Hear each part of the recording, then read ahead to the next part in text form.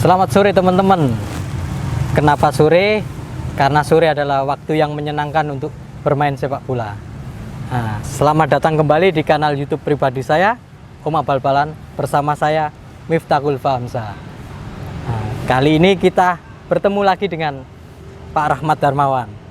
Kalau kemarin di episode sebelumnya kami berbicara soal karir kepelatihannya Pak Rahmat. Kali ini saya ingin tahu pandangannya Pak Rahmat soal sepak bola Indonesia. Selamat sore Pak Rahmat. Selamat sore Mas Wim. Apa kabar ini Pak? Alhamdulillah kabar baik. Alhamdulillah. Ya. Hasil swab negatif Pak ya? Ya 4 hari yang lalu kita swab dan kemarin keluar hasilnya alhamdulillah negatif. Alhamdulillah. Nah Pak, ini kalau saya pengen tahu lebih dalam pandangan Pak Rahmat soal sepak bola Indonesia, karena Pak Rahmat ini kan sudah melatih puluhan tahun di beberapa klub dari wilayah Indonesia Timur sampai di Sumatera. Nah, rasanya pantas ini kalau saya mintai pendapatnya.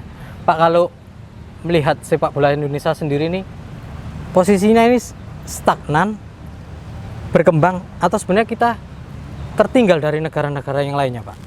Iya, kalau kita bicara sepak bola Indonesia, kalau kita membandingkan prestasi kita dulu dengan negara-negara yang sekarang mungkin sudah melampaui kita, ya maka kita harus jujur bahwa posisi kita berjalan.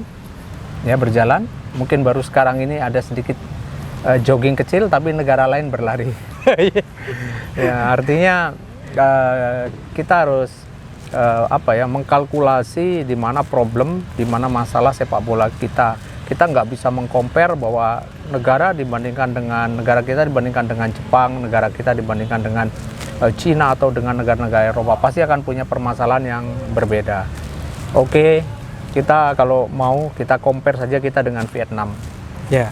Mungkin negara yang mengenal sepak bola dengan serius, dengan menggelar kompetisi profesional, kita lebih jauh lebih dulu daripada mereka. Lalu kenapa sekarang mereka dengan cepat sedikit di atas kita? Ya kalau boleh dibilang ya kita kalau ketemu Vietnam menang kalah. Tapi dalam 2 tahun terakhir kita banyak kalah. Nah kalau kita bandingkan tentu ada beberapa hal pokok yang harus kita lakukan. Yang pertama adalah soal infrastruktur. Ya, infrastruktur kita jauh sekali tertinggal. Saya mau tanya sama Mas Vim, klub mana di Indonesia yang punya lapangan sendiri? Nggak ada Pak, malah ada, ya? mungkin adanya klub yang di Liga Nusantara itu ya, Manchester City itu, yang lainnya nggak punya ya. Ya jadi emang itu problem pertama, infrastruktur kita masih semuanya klub menumpang di stadion milik pemerintah. Ya oke, ada klub yang punya plat merah, itu wajar karena dia akan selalu bekerja sama dengan pemerintah. Tapi mirisnya itu semuanya hanya boleh dibilang standarisasi sebuah klub hanya boleh bisa dipenuhi oleh satu stadion, tapi tidak ada lapangan-lapangan pendukung, lapangan-lapangan latihan yang memadai. Artinya infrastruktur kita masih jauh ketinggalan, Mas. Ya dibandingkan negara lain. Nah, kalau kita sekarang ke Vietnam, kita ke Myanmar, tentu kita akan terkejut ya, negara yang justru di bawah kita, mereka sangat serius menyiapkan faktor infrastruktur. Berarti kita jangan ngomong Thailand kalau gitu ya. Ngomong Vietnam sama Myanmar ya. Saya pernah melatih di Malaysia, di mana di satu klub saya punya 4 lapangan yang saya bisa memilih. Ada artificial turf, ada lapangan rumput biasa 3 dengan 2 stadion. Dan itu kita bisa melakukan aktivitas latihan sesuai dengan apa yang kita inginkan.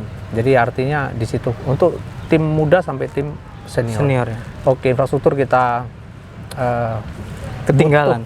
Butuh fokus ke sana, butuh kerjasama, tidak bisa hanya klub harus menjadi semacam ikon dari satu kota tertentu untuk dia bisa mendapatkan fasilitas tertentu, sehingga pemerintah daerah bisa menjamin kelangsungan klub ini dengan sarana yang ideal.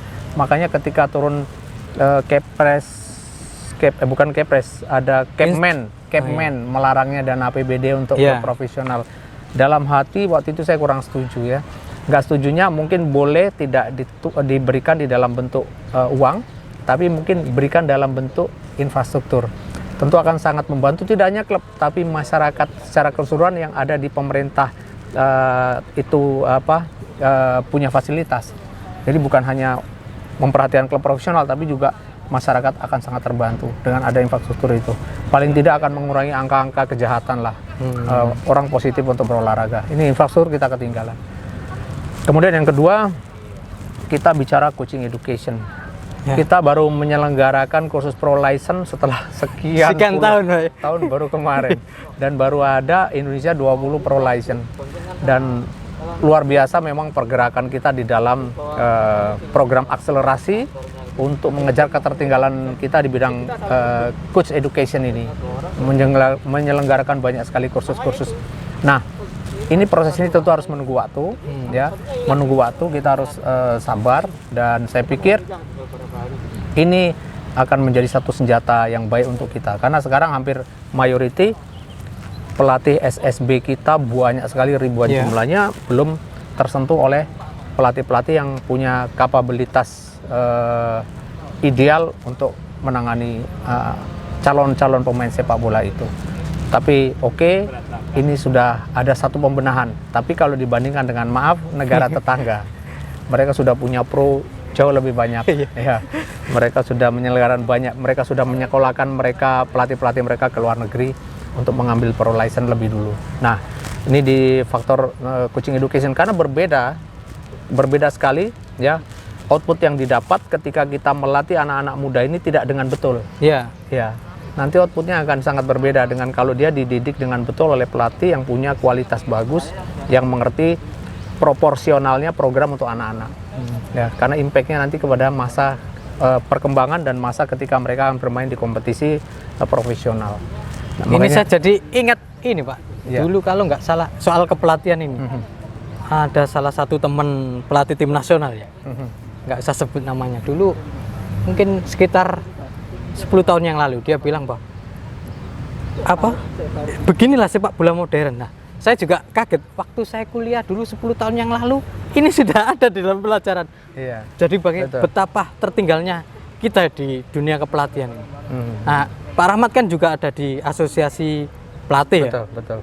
Apa yang didorong di asosiasi itu agar kita punya lebih banyak lagi pelatih yang ya kalau bisa A-Pro-nya banyak, tapi ini kan masih sedikit. Yang B, A-nya itu DC lah ya, kita kejar itu. Nah, kita kemarin menjalankan satu program yang kemudian juga program ini akan terus dilakukan dengan intensif ya.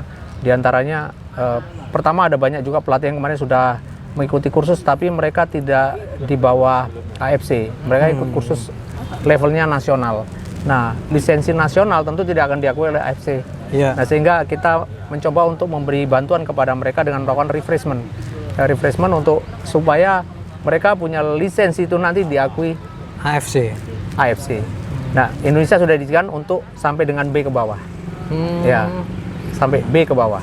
Nah, ini yang akan dilakukan, dan kemudian juga program selanjutnya tentu mencoba untuk menyelaraskan dengan programnya Kementerian Pemuda Olahraga, di mana mereka punya anggaran untuk memberi pendidikan kepada calon para pelatih. Nah, ini yang akan mudah-mudahan bisa cepat untuk terrealisasi, memberikan beasiswa kepada calon-calon pelatih untuk mengambil kursus D, C, B, bahkan sampai Pro.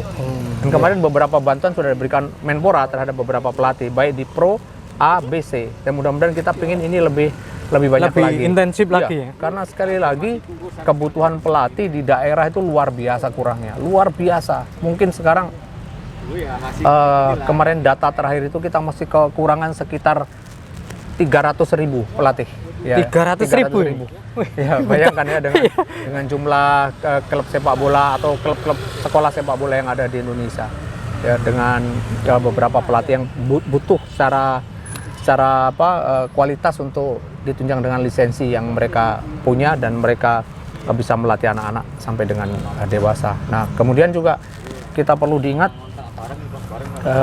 mungkin ada pertanyaan soal kalau melihat teman-teman bakat-bakat pemain muda kita ini sebenarnya nggak kalah Pak ya, cuma ada kekurangan di itu tadi ya, di infrastruktur, di kepelatihan. Betul. Nah, juga ada hal lain yang mungkin perlu disampaikan, bahwa Setelah pemain-pemain ini dia menjalani satu pelatihan yang betul, pelatihan yang benar, pelatihan yang berkualitas, ya, maka mereka harus diwadahi dengan apa? Kompetisi. Nah, kompetisi berjenjang. Kita baru ciptakan EPA, dan ini sesuatu program yang bagus. Tinggal terus kita perbaiki, ya. Kita betul-betul fokus ke hal yang ini. Karena betapa pentingnya sebuah kompetisi itu nantinya untuk mematangkan pemain, untuk menguji kualitas pemain, dan untuk mendevelop pemain dari usia yang paling rendah 14, 16, 18, 20 sampai kemudian masa transisi untuk dia menjadi pemain hebat. Jadi kebutuhan akan kompetisi berjenjang, ya, dan ini sangat dibutuhkan sekali. Karena saya ada satu contoh bagaimana pada saat seleksi tahun 2013 ada Bayu Pradana ikut seleksi dengan saya waktu itu, dengan bersaing dengan ada Egy Melgiansa, ya. Kemudian ada beberapa midfield yang lain, Hendro Siswanto, ada Rizky Pelu, kemudian ada, waktu itu kalah bersaing dia, jadi akhirnya dia kalah, kita pulangkan. Kemudian beberapa tahun kemudian, 3 tahun kemudian ada seleksi tim nasional senior. Tapi di dalam waktu masa 3 tahun itu, Bayu Pradana dia main untuk Balikpapan, dia reguler. Dia main dalam kompetisi terus, dia main.